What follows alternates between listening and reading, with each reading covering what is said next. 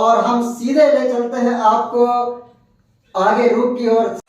आज हम झूठ बोलेंगे आपके बीच में, कल झूठ मालूम पड़ेगा तो आपके सामने नजर में हमारी इज्जत गिर जाएगी।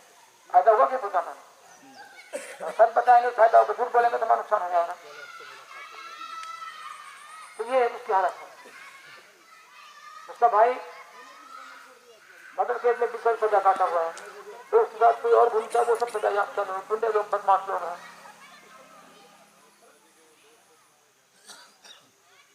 तो हर काम में रिश्वत है। जितना पुल बनाया, काम किया, कोई एक काम किया है?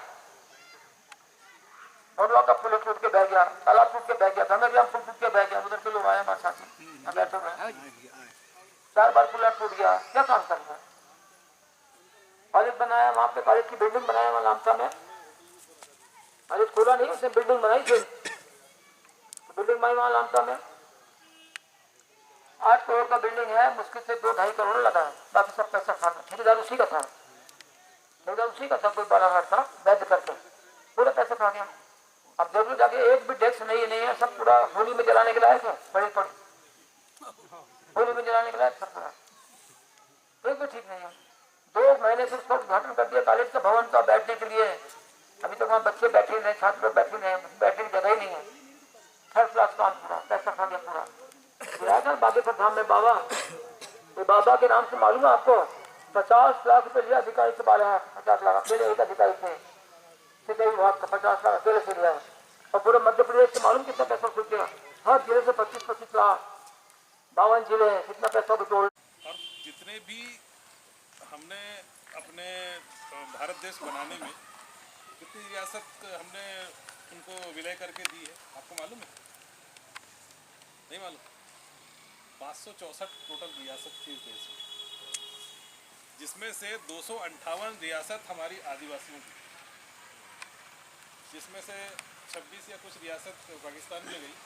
उसके बाद की बची रियासतों में 258 रियासत जो है वो हमारे आदिवासी समाज की थी। इतना होने के बाद जो हमारा करार तय हुआ था भारत सरकार ने, जो ब्रिटिश सरकार ने छोड़ते समय भारत सरकार से किया था, तो उनको मालूम था कि इस देश में आने वाले समय में जो कांग्रेस और बीजेपी तो उस समय थी नहीं, लेकिन उनको मालूम था कि यहाँ पे सरकार में कैसे लोग हैं जो आदिवासियों को कभी उनका हक देने वाले नहीं, इसलिए करार भी हुआ था। सारी चीज़ दब के रह गई, बाहर नहीं आई। आज 10 साल का करार था, 10 साल में हम लिटरेट करके, हमें पढ़ा लिखा कर, शासन करने योग्य बनाकर और इन्हें सौंप देने की बात कही गई। इस बात को मेरे ख्याल से आज़ादी के बाद हमारे जितने भी रजवाड़े के लोग थे, उनका भी एक राजगोंड करके एक समूह है, बैठकें होती, सब होती है, लेकिन कहीं ना कहीं प्रेशराइज करके उनको बोलने नहीं दिया गया, इस बात को उठाने नहीं दिया गया। अब जैसे जैसे अवेयरनेस आई, जैसे जैसे सोशल मीडिया आया, तो हमको सारी जानकारी लग रही है, तब हम जागे हैं। और सबसे बड़ी बात तो यह है कि दादा हीरा सिंह ने हमें पीली क्रांति लाकर एक राजनीतिक जागरूकता हमारे बीच में लाई, और उन्हीं की देन है कि हम आज बैठे हैं, खड़े हैं, एक गणमाना गणतंत्र पार्टी बनी, नहीं तो वो कांग्रेस की गुलामी करते थे। एक समय जो 1950 में हमारा संविधान लागू हुआ, हमको सारे हक अधिकार दिए गए, जल जंगल जमीन के जो अधिकार हमको ब्रिटिश शासन में बिरसा मुंडा ने दिया था, लड़के उस समय दिया था, वही हमारे जयपाल सिंह मुंडा जी और अंबेडकर जी ने संविधान में उसी कानून को पूरा एज इट इज़ वहीं पर रखा। लेकिन क्या हुआ कि 1950 के बाद में हमारा संविधान लागू हुआ, लेकिन आज तक हम बोलते हैं ना 5वीं अनुसूची, पेशा कानून, जानते हैं ना 6वीं अनुसूची, लागू क्यों नहीं हुई? जबकि कहा गया था कि 5वीं अनुसूची का जो क्षेत्र होगा वहाँ आदिवासियों का राज होगा, उनको स्वायत्तता दी जाएगी, उनको सारे अधिकार दिए जाएंगे। लेकिन आज जिस जंगल जमीन की लड़ाई हम लड़ रहे हैं, सारा छीना जा रहा है। आज बोलो, हम वन अधिकार अधिनियम बना हमारे लिए, आज आपको निस्तार करने के लिए जंगल में जाने नहीं दिया जा रहा है, तार की बाड़ लगा दी जा रही है। सोच लो कि ऐसी सरकारों को आप कब तक झेलोगे, कब तक इनकी गुलामी करेंगे हम लोग? कहीं ना कहीं आज ऐसी परिस्थितियों में आ गए हैं हम कि हमको सत्ता में काबिज होना पड़ेगा, और हमारे पास ताकत में ताकत, सबसे बड़ी ताकत है वोटों की ताकत, समझ रहे हैं? ताकत को जिस दिन हम आदिवासी समझ जाएंगे ना, तो इस सत्ता में काली धन में थोड़ी ही देर मिलेगी। तो आज आप कांग्रेस को भी समझ लो अच्छे से, बीजेपी को भी समझ लो। हम तो कह रहे हैं कि हमारे आज़ादी के बाद से हमारे को जो सेंट्रल से जो बजट आता है, उसको आदिवासी मत जो मिलता है, उस मद का कैसा दुरुपयोग होता है, कैसे शासन के लोग लूट कर अपने भर लेते हैं, हमारे पास कुछ नहीं आता। खरबों रुपए खर्च हो चुके, लेकिन हमारा जीवन स्तर सुधरा क्या? नहीं सुधरा ना। आज शिक्षा के क्षेत्र में जिस प्रकार की सुविधाएं हमको मिलनी थी वो नहीं मिल रही थी। अगर मिलती तो आज बहुत अच्छी लिटरेसी हमारे इसमें होती, क्योंकि जो कुछ भी मिल रही है वो भी बहुत निचले स्तर की मिल रही है। और एक तो सबसे बड़ी दिक्कत की बात यह है कि शिक्षा की नीति पूरे भारत देश में एक होनी थी, लेकिन देखिए गरीबों के लिए गरीब वाली है, अमीरों के लिए अमीर वाली है। तो कैसे आप समान शिक्षा का अधिकार ले सकेंगे? तो ऐसे ही स्वास्थ्य की है, ये सारी समस्याएं जो है।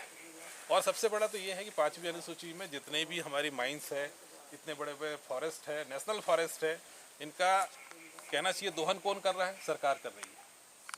लेकिन सरकार को हमारे को जो हमारी जो खनिज नीति जो पहले बनी थी, उसमें रॉयल्टी का अधिकार था हमारे क्षेत्रों में, चाहे वो बिहार में हो, चाहे उड़ीसा में हो, चाहे मध्य प्रदेश में हो, चाहे झारखंड में हो, चाहे वो असम के कोई भी 6वीं अनुसूची के क्षेत्र हो, तो हमको रॉयल्टी का अधिकार दिया गया था। अगर रॉयल्टी का अधिकार हमको सरकार अगर ईमानदारी से दे देती तो एक एक आदिवासी करोड़पति होता आज, समझ गए आप?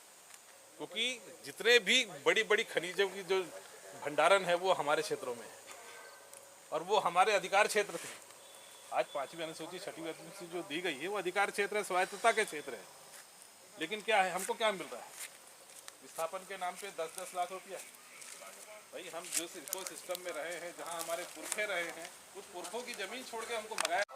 सबसे पहले आप अपना परिचय देंगे। मैं भुवन सिंह कोर्राम, प्रदेश अध्यक्ष जी। अखिल भारतीय आदिवासी धर्म परिषद भारत। जी। आज यहाँ कौन सा गांव है? ये शैला गांव है। क्या हो रहा है यहाँ पे? ये परसवाड़ा विधानसभा क्षेत्र का है। यहाँ पे परसवाड़ा विधानसभा से जो गोंडवाना और बहुजन समाज पार्टी का जो गठबंधन की जो प्रत्याशी है, वो माननीय कंकर मुंजारे जी। तो उनकी आज यहाँ पे सभा लगी हुई है, बैठक हो रही है।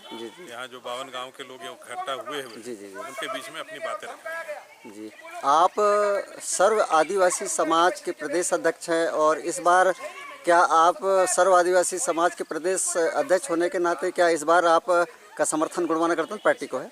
जी, मैंने परसवाड़ा क्षेत्र और जो विधानसभा बैहर है जी, इनको यहाँ पे गोंडवाना गणतंत्र पार्टी के जो प्रत्याशी हैं उनको मैंने सपोर्ट किया है। और हमारे लोग जो कार्यकर्ता जो पूरे 10 ब्लॉक में काम करते हैं और इस ब्लॉक से भी जो हैं सभी को यही कहा है कि भाई कहीं ना कहीं हमको ऐसी क्रांति लाना है जिससे कि हमारी स्वायत्तता की सरकार बने और इस विधानसभा क्षेत्र में भी हमारे ऐसे प्रत्याशी आए जो वाकई अपने समाज की और इस क्षेत्र की जो विचारधारा जो यहाँ का समस्याएं हैं उनके लिए काम कर सकें।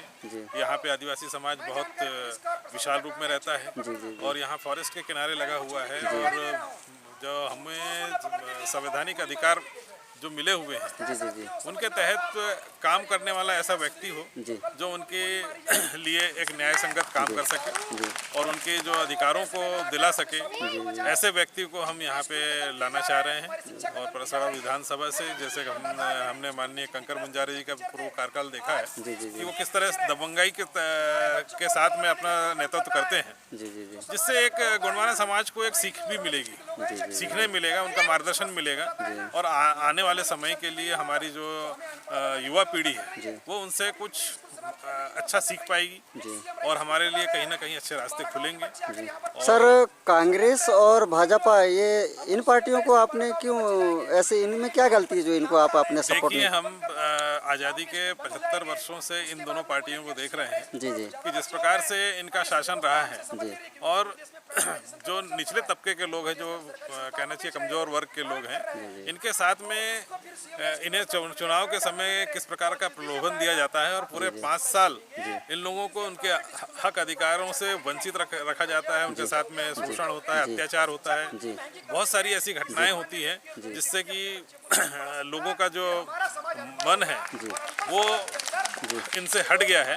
और जिस प्रकार से एक शिक्षा इस क्षेत्र में होनी चाहिए, जिस प्रकार से इनके स्वास्थ्य के लिए और इनके मौलिक अधिकार जो है मूलभूत सेवाएं की, उनकी जो जरूरत इनको है वो कोई सरकार इनको मुहैया नहीं करा पा रही है। और ऐसी कमजोर जो मानसिकता के जो नेतृत्व हमारे बीच से जा रहा था, तो उसको कहीं ना कहीं हम ब्रेक लगाने की कोशिश कर रहे हैं। और एक अच्छे व्यक्ति को विधानसभा लोकसभा में भेजने की एक मुहिम चल रही है, जो हमारे दादा हीरा सिंह जी ने जो हमारे बीच में राजनीति के संदर्भ में जो जनचेतना लाई है, उस जनचेतना के कारण आज बहुत सारी जागरूकता आई है, अवेयरनेस आई है। हमारा युवा पीढ़ी भी एक अपनी स्वायत्तता का नेतृत्व और स्वायत्तता की सरकार के लिए अब वचनबद्ध होते जा रहा है। और बस उसी बातों को लेकर हम लोग यहाँ पर बैठे हैं। जी, थैंक यू। इसके बाद में जब नामांकन कर दिया तो मधु भगत अफवाह फैला रहा है, कांग्रेस अफवाह फैला रही है, बीजेपी अफवाह फैला रही है। कंकर मुजारे तो आज फार्म उठा रहा है, फार्म नहीं उठाया उसके बाद फिर अफवाह फैला कि नानू कावरे ने 10 करोड़ रुपए दे दिया।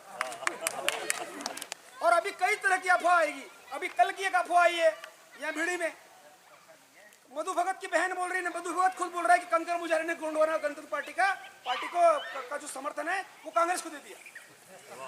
अभी जैसे का भाऊ, जैसे वाह, जैसे कौन गाँव रथास? मालखेड़ी। मालखेड़ी।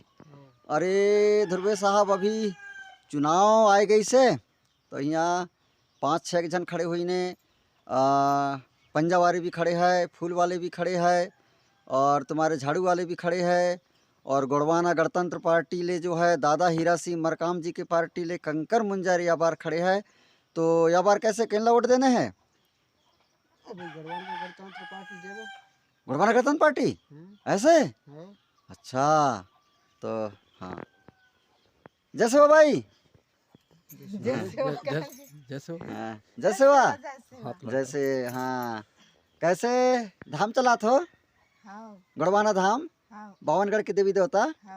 हाँ, अभी चुनाव आ गई से दादा हीरा सिंह मरकाम जी के पार्टी ले कंकर मुंजारे के कहना है कि मैं गोंडवाना गणतंत्र पार्टी से खड़े हूँ, आरी छाप ले तो मेरे को सब कोई वोट दो, और मैं जो है तुम्हारे बफर जोन के जो भी है परेशान करते हैं, सिपाही है, जंगल के जानवर पूरे फसल ला खा रही से, फेंसिंग तार जो है सब सड़गड़ के टूट टाट गई से, बहुत परेशानी होता है। कंकर मुंजारे के कहना है कि मैं जीत के आया हूँ तो ये बफर जोन के बारे में जितना भी जो हमारे लोगों ला परेशान करता है उनला सब ठीक करूँ का था। तो केनला देने हैं वोट? गोंडवाना पार्टी ला। हाँ ठीक है। जैसे हो भाई, कौन गाँव रथास? कुलुम खारी। हाँ, यहाँ कैसे आहस? बेटी दमाद। अच्छा, बेटी दमाद आए।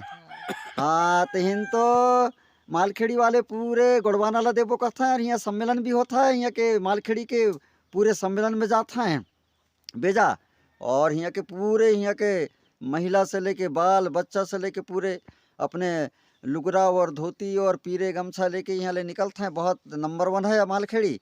तो आपकी हिन मालखेड़ी वाले पूरे गोंडवाना ला देवो कथा है, तो तुम केना देने वोट? हम भी देवो गोंडवाना ला। तो तुम्हारे में धाम चलता है, तुम भी तुम्हारी? हम भी बड़ा देव धाम वाले धुनी पानी खाता है। हाँ, बढ़िया बढ़िया बढ़िया। लड़का जो लेते पता काई नाम नाम बता बेटा। हाँ, नीलेश कौन क्लास पढ़तस भाई? चौथी। कौन कहाँ जाथस पढ़ेला? गांव के स्कूल में। अच्छा, ते अभी स्कूल जाबे नहीं? हाँ हाँ ठीक है बेटा। हाँ हाँ हाँ, आप अपना परिचय दें। मैं लाभ सिंह मेरा। हाँ हाँ हाँ, आज यहाँ पे क्या हो रहा है? यहाँ पे यहाँ सभा हो रही है, चुनावी सभा। अच्छा, सभा को संबोधित कर रहे हैं माननीय श्री कंकर मुंजारे जी। जी जी जी जी। आज यहाँ पर कितने गांव के लोग आए हुए हैं? यहाँ पर 52 गाँव से लोग आए हुए हैं। 52 गांव के। जी जी। कौन सा समस्या इस क्षेत्र में जो है कान्हा बफर जोन है, यहाँ समस्या क्या है? समस्या तो बहुत सारी है, समस्या को गिनाएंगे तो आपके पूरे वो टीवी चैनल वाले दिखा भी नहीं पाएंगे, इसलिए हम लोग ज़्यादा समस्या को गिनाने नहीं चाहते।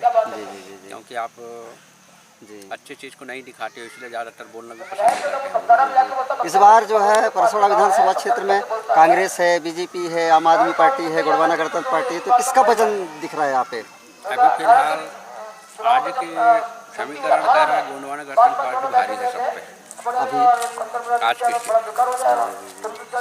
प्रॉपर आप कहाँ से हैं? टाटीघाट टाटीघाट से। धन्यवाद।